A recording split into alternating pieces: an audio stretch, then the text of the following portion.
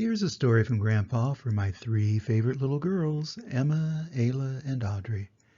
Did you ever feel like nobody around you really understands you and they think you're being bad when you're absolutely not being bad? That's what happens to Albert the turtle in today's story, Albert's Impossible Toothache. Written by Barbara Williams, illustrated by Doug Cushman. One morning, Albert Turtle complained that he had a toothache. "Who ever heard of a turtle with a toothache?" said Albert's sister Marybelle. Just the same, Albert was sure he had a toothache and needed to stay in bed. "See," said Albert's father, pointing to his own toothless mouth, "I don't have a toothache, and Homer doesn't have a toothache, and Marybelle doesn't have a toothache, and your mother doesn't have a toothache.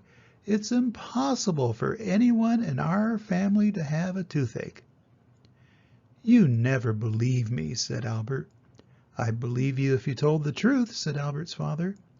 "You believed Homer when he said he didn't break the window," Albert reminded his father. "I'm worried about Albert," said Albert's mother at breakfast. "You should be worried about a boy who doesn't tell the truth," said Albert's father as he left for work.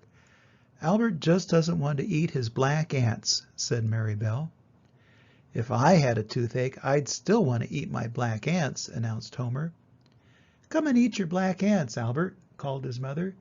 But Albert just moaned softly from the bedroom. Albert's mother kissed Homer and Marybelle goodbye and sat down in her worrying chair. She worried and worried. Then she had an idea. "Look," she said to Albert, "I've fixed you a special breakfast of all your favorite things. Dandelion leaves, garnished with blackberries, a fat slug, and half a juicy earthworm."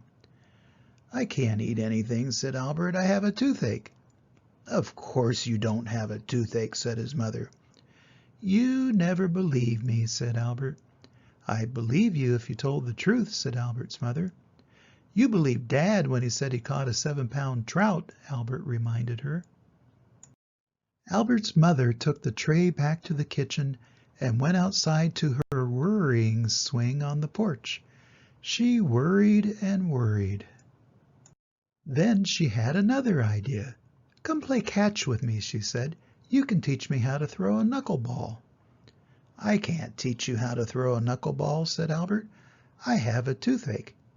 "You just think you have a toothache," said Albert's mother. "You never believe me," whined Albert. "You believed Marybelle when she said she was the only girl in her class who couldn't go to a birthday sleepover on a school night." Albert's mother put the ball and glove away and went outside to her worrying rock in the sun. She worried and worried. Then she had a new idea. "Look, Albert, I brought the family album to show you the pictures we took in Disneyland. Sit up, Albert." "I can't sit up," said Albert. "Why don't you ever believe me?" Albert's mother put the family album away and went into the living room to lie down on her worrying sofa. She worried and worried. She was still worrying when Marybelle and Homer came home. "How's Albert?" asked Marybelle. "He still says he has a toothache," said Albert's mother. "He just didn't want to fight Dilworth Dunlap," explained Marybelle. "He was waiting for Albert after school." "If I had a toothache, I'd still fight Dilworth Dunlap," announced Homer. "Is that son of ours still playing possum?" Albert's father asked when he got home from work. "Yes," said Albert's mother. "I wish that he would remember he's a turtle." "He just knew we were having cricket legs for dinner," said Marybelle. "I don't want any cricket legs either," said Homer. After dinner, Grandmother Turtle came over with gummy worms for all the children. "Can I have Albert's?" asked Marybelle. "He won't want it. He says he has a toothache." "Isn't that terrible?" said Albert's mother. "Can you believe your grandson would say an impossible thing like that?" asked Albert's father. "The trouble with all of you is that you never believe him," said Albert's grandmother. Albert's grandmother went into the bedroom. "Well," she said, "I hear you have a toothache." "Yes'm," said Albert. "Where do you have a toothache?" asked Albert's grandmother. On my left toe, said Albert. A gopher bit me when I stepped in his hole. Well, I have just the thing to fix a toothache, said Albert's grandmother. She took her handkerchief from her purse and wrapped it around Albert's toe. Albert smiled toothlessly and got out of bed. And that's the end of the story. Of course, the impossible part of this story's title is that turtles don't have teeth.